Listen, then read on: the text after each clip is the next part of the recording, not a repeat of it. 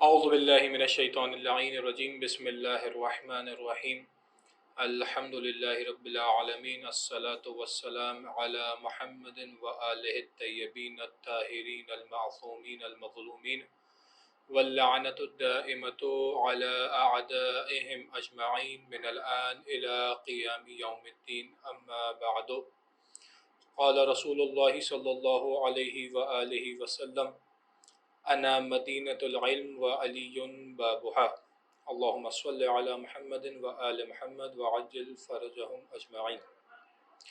عزیزان گرامی سامعین قدر، آپ کے سامنے جس موضوع پر گفتگو کرنی ہے وہ موضوع ہے مولا علی علیہ الصلوۃ والسلام کے فیصلے۔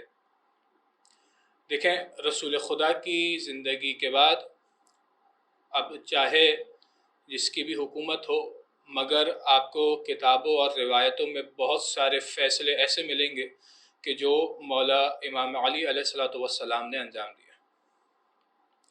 اور رسول خدا کی حدیث بھی ہے کہ امام علی علیہ الصلوۃ والسلام بہترین قاضی ہیں، یعنی بہترین فیصلے کرنے والے ہیں۔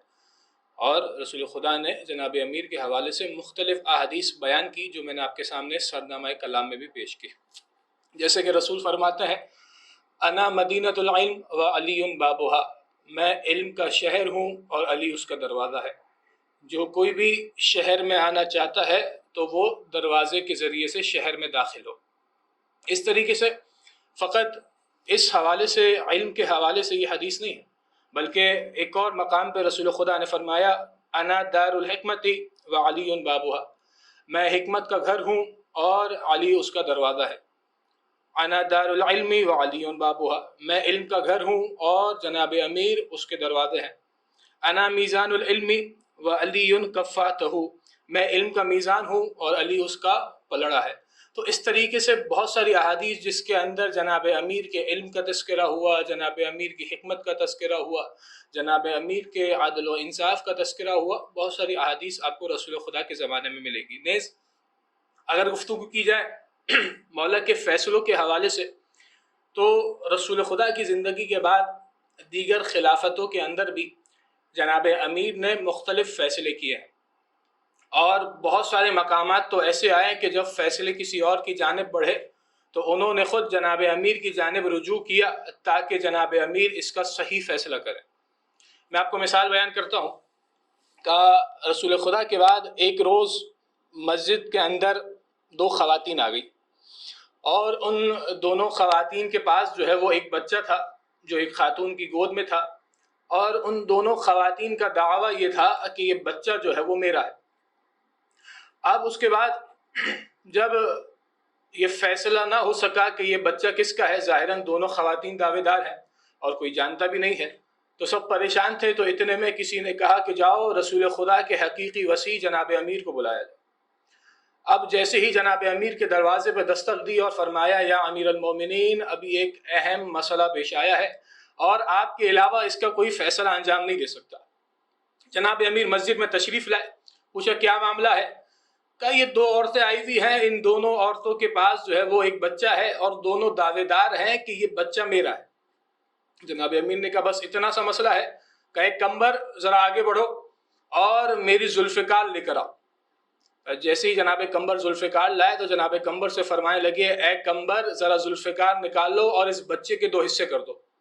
کہا ایک حصہ اس پہلی والی عورت کو دے دو، دوسرا حصہ اس دوسری عورت کو دے دو۔ سارے مدینے والے پریشان ہو گئے، یا امیر المومنین اس طریقے سے تو بچہ مر جائے گا۔ کہا نہیں رکو، ذرا یہ ہونے دو۔ کہا جیسے ہی جناب کمبر نے تلوار نکالی، ایک عورت چیخ کے کہنے لگی کہ یا امیر المومنین اس بچے کو اس عورت کے حوالے کر دیجئے، مجھے یہ بچہ نہیں چاہیے بلکہ یہ بچہ اسی عورت کا ہے۔ کہا جیسے ہی جس عورت نے چیخ کے یہ کہا اور جیسے ہی اس کی مامتا تڑپی، جناب امیر نے فرمایا یہ عورت اسی بچے کا ہے کہ جس نے اس بچے کو دوسری عورت کے حوالے کر دیا۔ کہا یہ فیصلہ آپ نے کیسے کیا؟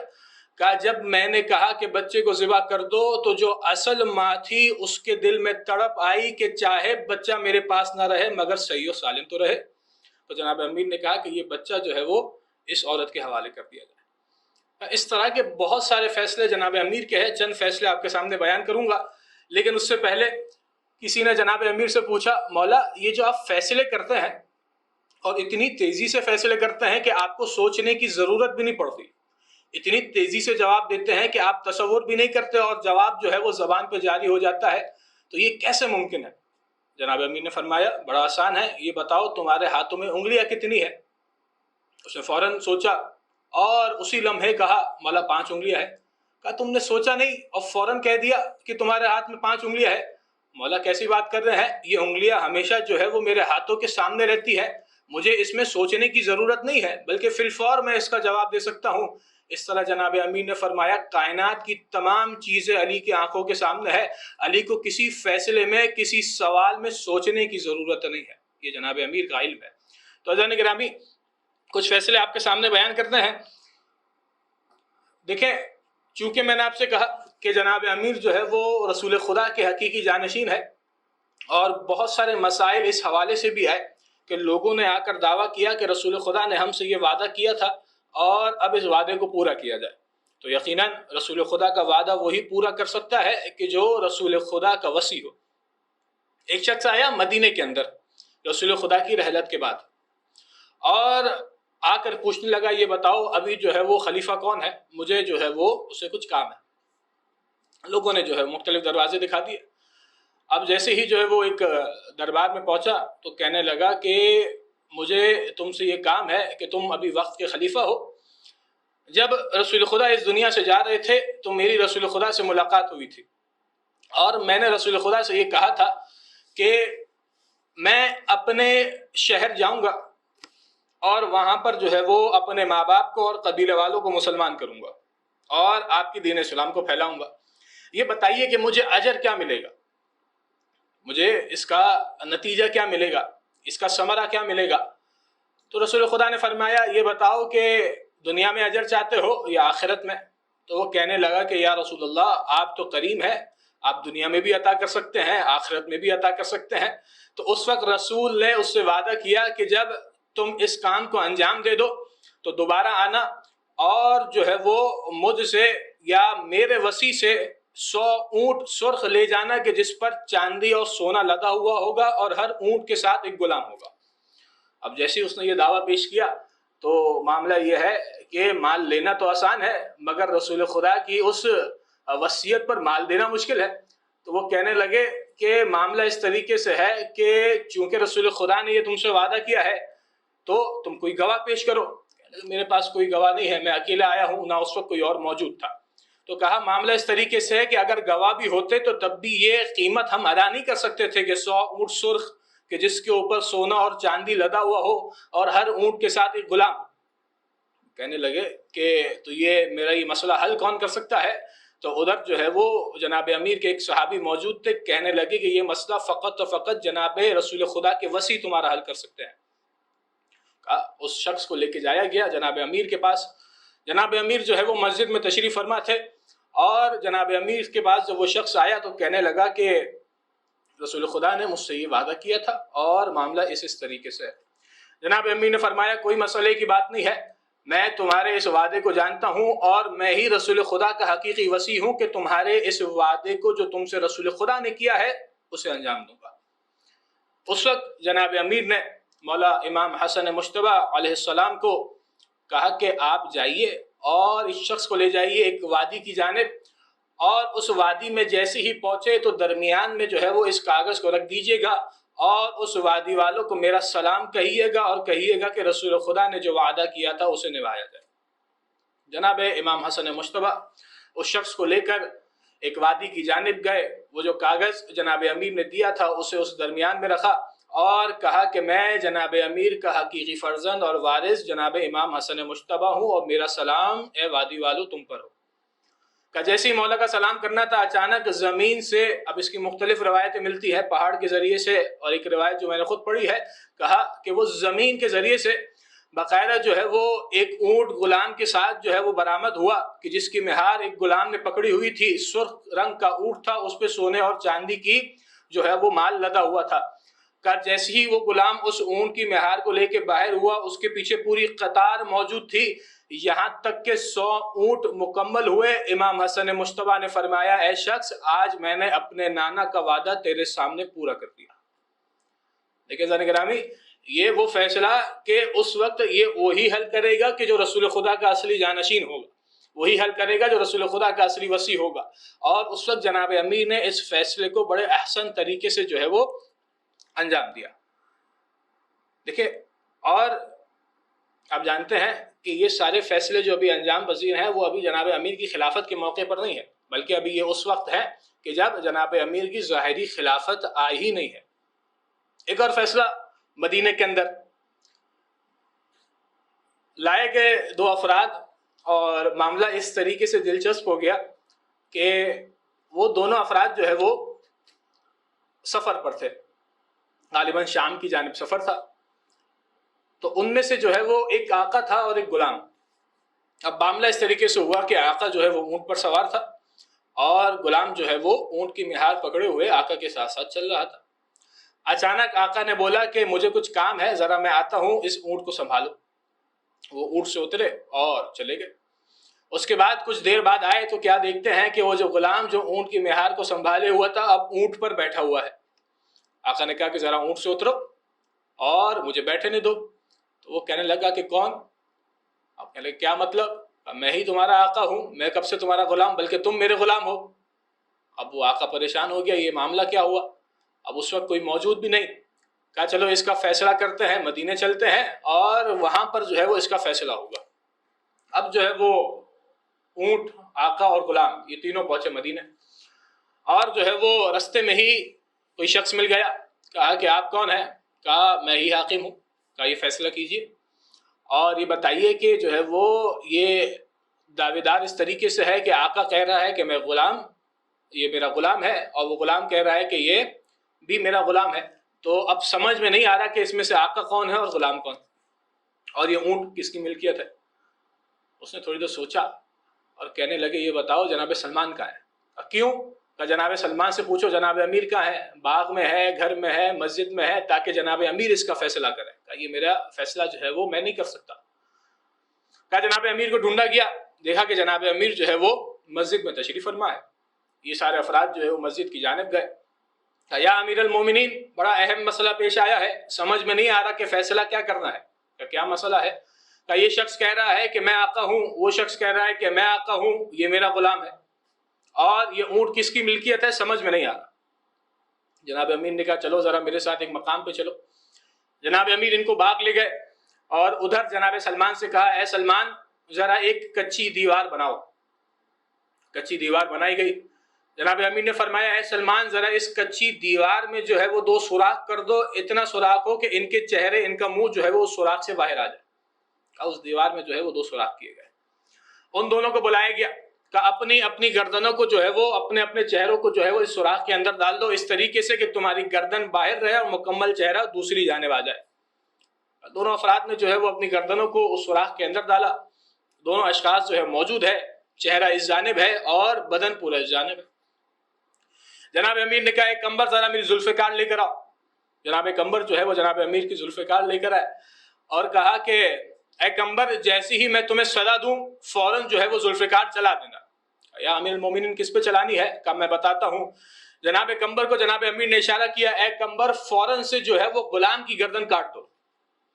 اب جیسی جناب کمبر کو یہ صدا ملی، جناب کمبر نے تلوار نکالی. اس تلوار کے نکلنے کی آواز سے وہ جو غلام حقیقی طور پہ تھا اس نے اپنے چہرے کو باہر نکالا اور دوڑنے لگا. اب جیسے وہ دوڑنے لگا تو تمام افراد نے دیکھا کہ ان دونوں میں سے اصل غلام یہی ہے، کیونکہ وہ خوفزدہ ہو گیا کہ جناب امیر تو اس معاملے کو جانتے ہیں، اگر انہوں نے مجھے پہچان لیا تو میری گردن تو کٹنے والی ہے. جناب امیر نے فرمایا کہ یہ غلام ہے اور یہ آقا ہے، اور یہ اصل اونٹ جو ہے وہ اس آقا کی ملکیت ہے. کا وہ مسئلہ کہ جو تمام افراد مل کر سوچ رہے تھے کہ اس کا جواب کیا ہوگا، جناب امیر نے لمحے بھر کے اندر ایک طریقے سے اس کا جواب دے دیا، اس فیصلے کو انجام دے دیا. تو یہ جناب امیر کی خلافت ہے، یہ جناب امیر کا عدل ہے، یہ جناب امیر کی امامت ہے کہ رسول خدا کے بعد ایسے ناممکن فیصلے کہ جو انسان کی ذہن میں نہیں آ سکتے تھے کہ اس کا جواب کیا ہوگا، جناب امیر نے لمحے بھر میں ان فیصلوں کا جواب دے دیا. دیکھیں اس کے بعد اچھا ایک بات یاد رکھیے گا، ہم سب جانتے ہیں کہ جناب امیر کسی خاص معاملے میں تو عالم نہیں تھے نا، ہر معاملے کے اندر جو ہے وہ امام علیہ الصلوۃ والسلام جو ہے وہ علم رکھتے ہیں. اسی لیے جب کسی نے مولا سے سوال پوچھا کہ مولا آپ عالم ہیں یا جاہل؟ تو مولا نے کیا جواب دیا تھا؟ میں جاہل نہیں ہوں. یعنی کوئی ایسا علم ہی نہیں ہے کہ جو اللہ تعالیٰ نے ہم سے پوشیدہ رکھا ہو، ہر چیز کو جانتے ہیں. اب چاہے وہ اس میں کچھ علوم دنیاوی ہو، مثلاً جو ہے وہ فصاحت کے لحاظ سے ہو، بلاغت کے لحاظ سے ہو، چاہے میتھمیٹکس ہو، چاہے فزکس ہو، کوئی بھی علم ہو، چاہے کیمیائی ہو، ہر علم کو جو ہے وہ امام معصوم جانتے ہیں. اسی طریقے سے آئے کچھ افراد جناب امیر کے پاس، کہنے لگے یا امیر المومنین مسئلہ تھوڑا سا عجیب پیش آیا. کہا کیا مسئلہ ہے؟ کہا ہم جو ہے وہ کھانے کے دسترخوان پر تھے اور سفر کے دوران تھے اور ہم 2 افراد تھے. اچانک جو ہے وہ ایک شخص آیا اور اس نے کہا کہ میں تمہارا مہمان بننا چاہتا ہوں. وہ ہمارے ساتھ بیٹھ گیا. کہا ہمارے پاس جو ہے وہ کل ملا کے 8 روٹیاں تھیں. پہلے کے پاس 3 تھی اور دوسرے کے پاس 5 روٹیاں. کہ ہم نے وہ 8 کی 8 روٹیاں جو ہے وہ دسترخوان پہ رکھ دی. اب تک تو معاملہ صحیح جا رہا تھا، ہم تینوں نے مل کر، جو مہمان تھا اس نے بھی ہمارے ساتھ جو ہے وہ کھانا کھایا. اب جب روٹیاں کھا لی تو معاملہ اب تک صحیح تھا، لیکن جیسے ہی وہ مہمان جانے لگا تو اس نے جو ہے وہ 8 درہم اس دسترخوان پہ رکھ دیے اور وہ چلے گئے، کچھ کہے بغیر جو ہے وہ چلے گئے. اب معاملہ اس طریقے سے ہوا کہ یہ 8 درہم دسترخوان پر ہے، ہم 2 افراد ہیں، ایک کی 3 روٹیاں ہیں، ایک کی 5 روٹیاں ہیں.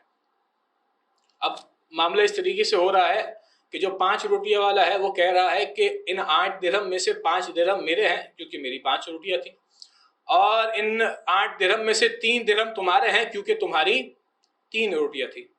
مگر یا امیر المومنین، جو 3 روٹیوں والا ہے وہ کہہ رہا ہے کہ چونکہ میں نے بھی اپنا پورا مال جو ہے وہ دسترخوان پہ رکھ دیا، تم نے بھی اپنی پوری غذا جو ہے وہ دسترخوان پہ رکھ دی، تو یہ درہم کا حصہ جو ہے وہ آدھا آدھا ہوگا، 4 درہم تمہارے، 4 درہم تمہارے. اچھا دیکھیں، مولا نے ڈائریکٹ فیصلہ نہیں دیا، بلکہ مولا علیہ الصلوۃ والسلام نے پہلے یہ کہا کہ افسوس ہے تم پر کہ 1 درہم کی خاطر جو ہے وہ لڑ رہے ہو. یہ فقط 1 درہم کا معاملہ ہے، دنیا فانی ہے، دنیا میں کچھ نہیں رہنا، 1 درہم کے لیے میرے پاس فیصلہ کرانے آئے ہو. یا امیر المومنین، میں تو کہہ رہا ہوں کہ یہ 5 درہم میں رکھتا ہوں، 3 تم رکھو، اور انصاف کا تقاضا بھی یہی ہے. تو جناب امیر کہنے لگے کہ اس 3 درہم والے شخص سے کہ 1 درہم پہ کیوں اتنا لڑ رہے ہو، 3 تم رکھو، 5 اسے رہنے دو. کہنے لگا نہیں مولا، آپ جو فیصلہ کریں گے ہمیں قبول ہے، آپ بتائیے کہ اصل کیا ہونا چاہیے. اب جناب امیر نے فرمایا یاد رکھو، جب میں فیصلہ کروں گا تو اسے قبول کرنا ہوگا کیونکہ میرا فیصلہ حتمی ہوگا. یا امیر المومنین ہمیں قبول ہے، آپ جو فیصلہ کریں گے ہم جو ہے وہ اسے قبول کریں گے. امام نے کہا اب سنو، کل ملا کے روٹیاں کتنی تھی؟ 8. تمہاری کتنی؟ 5. کہا تمہاری کتنی؟ 3.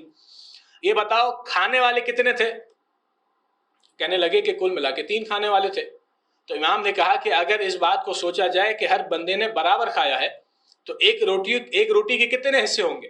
کہ مولا 1 روٹی کے 3 حصے ہوں گے. تو یہ بتاؤ کہ کل روٹیاں کتنی تھی؟ کہا 8. تو ان 8 روٹیوں کی ہر روٹی کے اگر 3 حصے کرو تو کل ملا کے کتنے حصے بنتے ہیں؟ کہ مولا 24 حصے بنتے ہیں. 8 16 24. اچھا اب یہ بتاؤ کہ ان 24 حصوں کے اندر سے تمہارے کتنے حصے تھے؟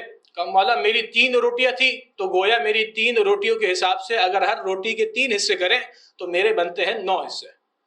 اچھا تمہارے کتنے حصے تھے؟ مولا میری 5 روٹیاں تھی، اگر ہر 5 روٹی کے حوالے سے 1 روٹی کے 3 حصے کریں تو کل ملا کے بنتے ہیں 15 حصے.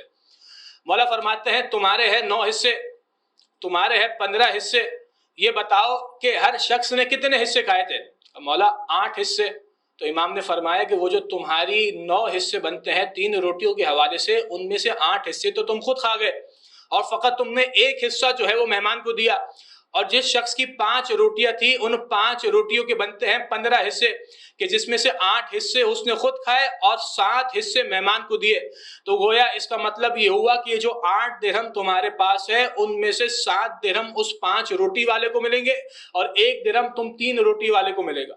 مولا فرماتے ہیں یہ اصل فیصلہ ہے. اگر پہلے تم مان جاتے تو یقیناً فائدے میں رہتے کہ اصل جو ہے وہ تمہیں 3 درہم ملتے. اب 3 درہم کے بدلے میں تمہیں 1 درہم ملے گا اور اس 5 روٹی والے کو باقاعدہ 7 درہم ملیں گے. اس طریقے سے مولا نے اتنے بہترین طریقے سے اس مشکل سوال کا جو ہے وہ فیصلہ کیا. تو یہ مولا کا علم ہے، یہ مولا کی جو ہے وہ فصاحت و بلاغت ہے، یہ مولا کا عدل و انصاف ہے کہ کس طریقے سے بہترین انداز سے مولا جو ہے وہ ان مسائل کو حل کرتا ہے. بس آخری ایک فیصلہ، چونکہ وقت نہیں ہے، بس آخری ایک فیصلہ آپ کے سامنے بیان کرنا ہے، اور اتفاق ایسا ہے کہ یہ فیصلہ بھی جو ہے وہ اسی حوالے سے ہے کہ میتھمیٹکس کے حوالے سے، کہ جب مولا سے دوبارہ سوال کیا گیا۔ اب دیکھیں معاملہ اس طریقے سے ہوا، 3 افراد آئے مولا کے پاس دوبارہ سے اور کہنے لگے یا امیر المومنین ہمارے پاس کل ملا کے 17 اونٹ ہے، 17۔ مولا یہ بتائیے کہ ہم 3 افراد ہیں اور ہم تینوں کے حصے جو ہے وہ معین ہیں۔ کیا حصے ہیں؟ کہ پہلے کا حصہ ہے آدھا، دوسرے کا حصہ ہے تیسرا، اور آخری کا جو حصہ ہے وہ 9واں حصہ ہے۔ مولا نے کہا اس میں مشکل کیا ہے؟ تو کہنے لگے مولا مسئلہ یہ ہے کہ اونٹ ہیں 17 اور ہم چاہتے ہیں کہ کسی کو بھی جو ہے وہ آدھا اونٹ نہیں ملے بلکہ مکمل اونٹ ملے۔ اگر 17 کو جو ہے وہ آدھا کریں گے تو بنے گا 8.5، جو کہ ہم نہیں چاہتے۔ امام نے کہا اچھا ٹھیک ہے، اس مسئلے کو حل کر دیتے ہیں۔ جناب کمبر کو آواز دی، کہا اے کمبر جاؤ ذرا میرا ایک اونٹ لے آؤ۔